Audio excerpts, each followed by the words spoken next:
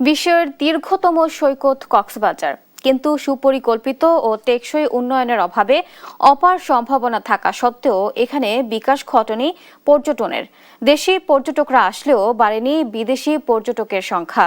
পর্যটন সংশ্লিষ্টরা বলছেন, নিরাপত্তা ও বিনিয়োগের পরিবেশ সৃষ্টি করতে পারলে কক্সবাজারে বহুমাত্রিক পর্যটনের বিকাশ ঘটবে।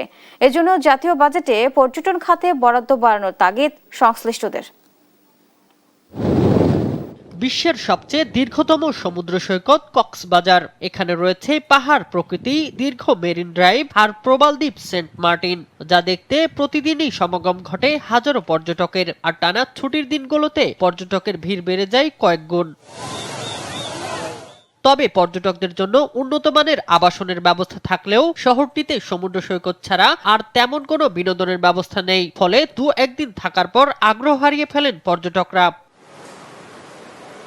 পর্যটন সংশ্লিষ্টদের মতে, বিনিয়োগের পাশাপাশি বিনোদন বৃদ্ধি এবং পর্যটন সেবা প্রতিষ্ঠানগুলোকে ওয়ান স্টপ সার্ভিসের মাধ্যমে এক ছাতার নিচে আনতে পারলে এ খাতের আরো বিকাশ ঘটবে। এখানে আমাদের কক্সবাজারে বিশেষ করে পর্যটন সেবার জন্য কোনো ধরনের ওয়ান স্টপ সার্ভিস নাই।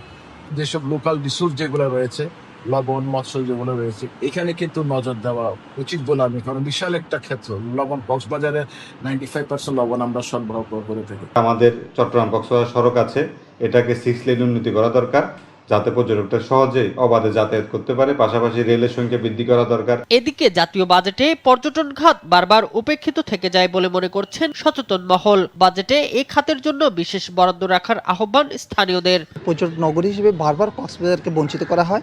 এবার স্পেশালি আমরা চাই কক্সবাজারের জন্য বাজেট, যে পর্যটক খাতের উন্নয়নের জন্য, যে উন্নয়নের মাধ্যমে কক্সবাজার কর্মসংস্থান সৃষ্টি হবে। আমরা কক্সবাজারবাসী যে পরিমাণ জাতীয় বাজেটে অবদান রাখি, তার অন্তত ন্যূনতম আমাদের অর্ধেক টাকা যদি আমাদের কক্সবাজারবাসীর জন্য খরচ করা হয়, তাহলে আরো দ্বিগুণ পরিমাণ টাকা আমরা জাতীয় রাজস্ব খাতে অবদান রাখব। সুপরিকল্পিত ও টেকসই উন্নয়ন আর আধুনিক সুযোগ সুবিধা নিশ্চিত করা গেলে কক্সবাজার এশিয়ার এই অঞ্চলে আকর্ষণীয় পর্যটন কেন্দ্রে পরিণত হবে, যা থেকে রাজস্ব আদায় বাড়বে বলে মনে করেন সংশ্লিষ্টরা।